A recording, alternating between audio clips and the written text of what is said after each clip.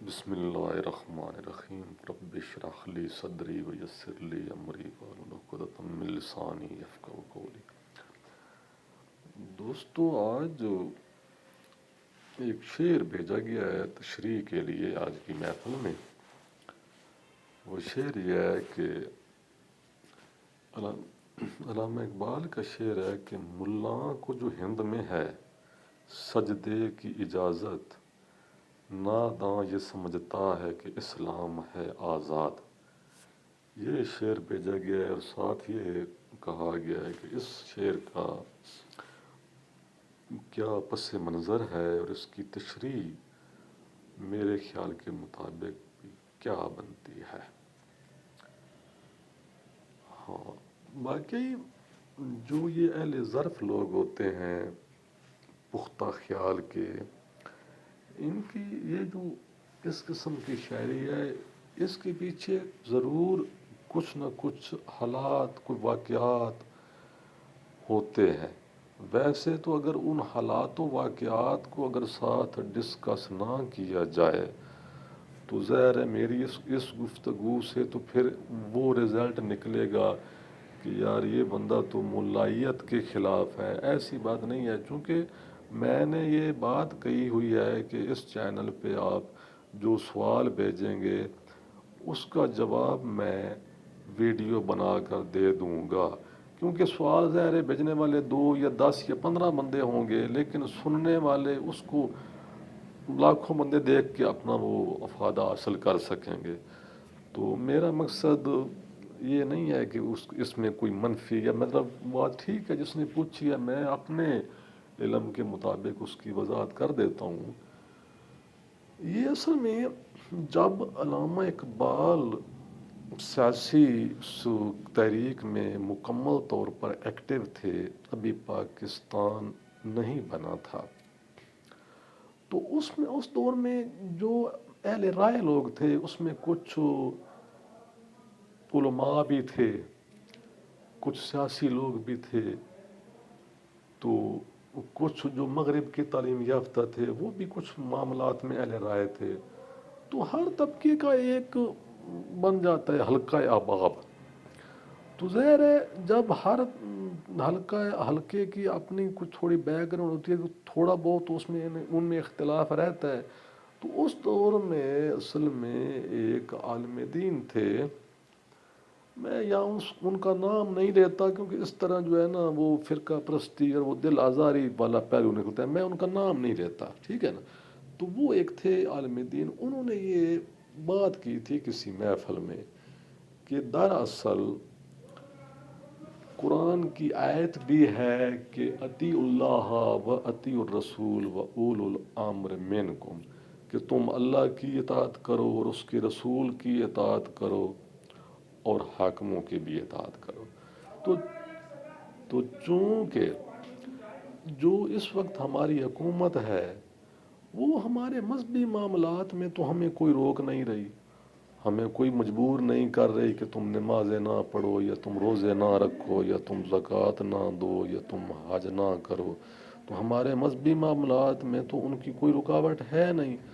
تو یہ جو پھر مسلم لیگ اور یہ اقبال اور یہ اتنا پورے ملک میں یہ ڈنڈورا پیٹ رہے ہیں کہ ہمیں پوری آزادی نہیں ہے، ہم نے علیحدہ ملک لینا ہے، ہمارا اسلامی تشخص اس طریقے سے جو ہے نا نہیں قائم ہوتا،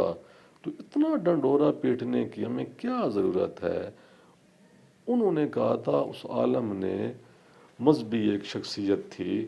کہ میری رائے کے مطابق ہمیں کوئی ایسی بات نہیں کرنی چاہیے جس سے ہمارے حکمران جو ہیں ان کے دل میں کوئی ہمارے بارے میں کوئی تشویش پیدا ہو۔ اب یہ تشویش جو ہے نا یہ ایک جامع سا لفظ ہے کہ ہم سے کوئی شکوہ نہ بن سکے، آپ اس کو تھوڑے اور وسیع معنوں میں لے لو۔ تو یہ پھر بات علامہ اقبال کو بھی پہنچ گئی کچھ دنوں بعد، کیونکہ اس زمانے میں یہ میڈیا اور یہ جو آج کل انٹرنیٹ اور یہ سسٹم اس زمانے میں اتنا تو مؤثر تھا نہیں نا، تو وہ کچھ دن لگتے تھے بات دائیں بائیں پھیلنے میں، آج تو 1 سیکنڈ میں بات پھیل جاتی ہے۔ تو اس کے پھر جواب میں نا ظاہر علامہ اقبال کا مزاج یہ تھا کہ وہ بات اس انداز میں کرتے تھے کہ بات کو اگلے بندے تک پہنچ بھی جائے اور اس میں تھوڑا زیادہ تشدد کا پہلو بھی نہیں نکلے. بات ایک بندے نے کی تو اس کے جواب میں اور لوگ بھی اپنی اصلاح کر لیں. تو پھر اس موقف کے جواب میں جو ہے نا اصل میں علامہ صاحب نے یہ شعر کہا تھا کہ ملا کو جو ہند میں ہے سجدے کی اجازت، ناداں یہ سمجھتا ہے اسلام ہے آزاد. تو اقبال صاحب کی روح میں یہ تھا کہ یہ جو انگریزوں نے ہمیں اجازت دی ہوئی ہے نا، اس سے اسلام آزاد نہیں ہے، کیونکہ ٹوٹلی جو سسٹم ہے وہ تو ہے ان کے کنٹرول میں. باقی اگر ہم انفرادی طور پر کوئی نماز پڑھ بھی رہا ہے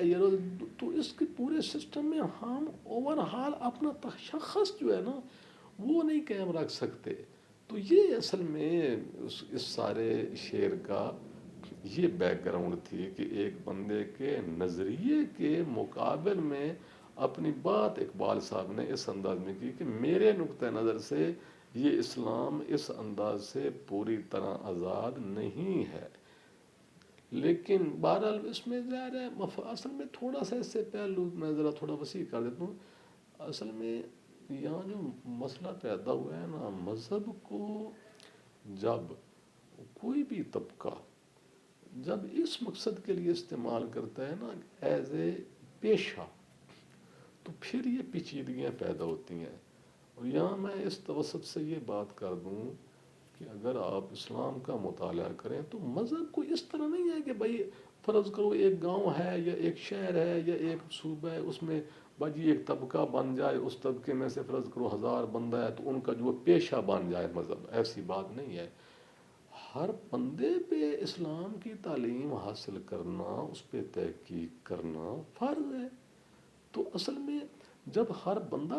اسلام پڑھے، قرآن پڑھے، ترجمہ پڑھے، عربی پڑھے، اس کو غور کرے، تو پھر پیشے کا کنسیپٹ ختم ہو جاتا ہے. یہاں پر اصل میں یہ ایک خاص قسم کا پروپیگنڈا کیا گیا ہے کہ بس جی ایک خاص طبقہ جو ہے نا بس یہ فلاں جو کام ہے وہ فلاں طبقے کی میراث ہے، یہ جو فلاں کام ہے یہ فلاں طبقے کی میراث ہے، فلاں کام جو ہے یہ فلاں طبقے کی میراث ہے. بس وہ طبقے بن گئے. اگر ایک طبقہ جو دوسرے کام میں دلچسپی لیتا ہے تو وہ ان کے نزدیک وہ پاگل ہے. تو اصل اس وجہ سے یہ چھوٹے چھوٹے معاملات جو ہے نا یہ بنتے ہیں. اس وجہ بالکل اسی طرح اقبال صاحب کا چونکہ آپ نے شعر بھیجا تو میں ذرا اسی طرح سے اقبال صاحب کا ایک اور شعر بھی ہے کہ گلہ تو گھونٹ دیا اہل مدرسہ نے تیرا،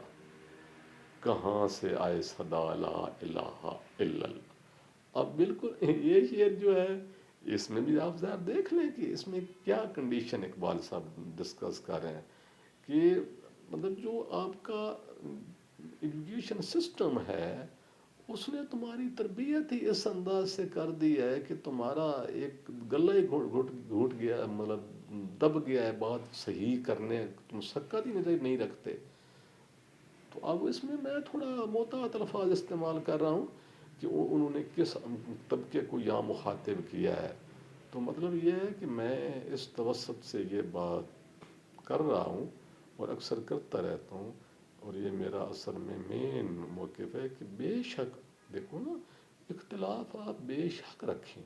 اور یہ اختلاف بالکل یہ رہے گا. تھوڑا تھوڑا اختلاف جو بندہ یہ سوچتا ہے نا کہ بالکل سارے اختلاف اس طرح وہ بندہ پاگل ہے. چھوٹے موٹے نظریے کے اختلاف یہ رہتے ہیں، ان کے پیچھے بہت وجوہات ہیں،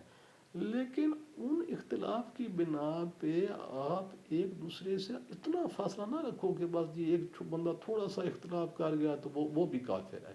ایک بندے نے تھوڑی سی نماز آپ سے تیز پڑھ لی وہ بھی کافر ہے، دوسرے طبقے نے تھوڑی سی ایسا پڑھ لی وہ بھی کافر. اس طرح فتوے کی جو فیکٹریاں لگ گئی ہیں نا اصل میں،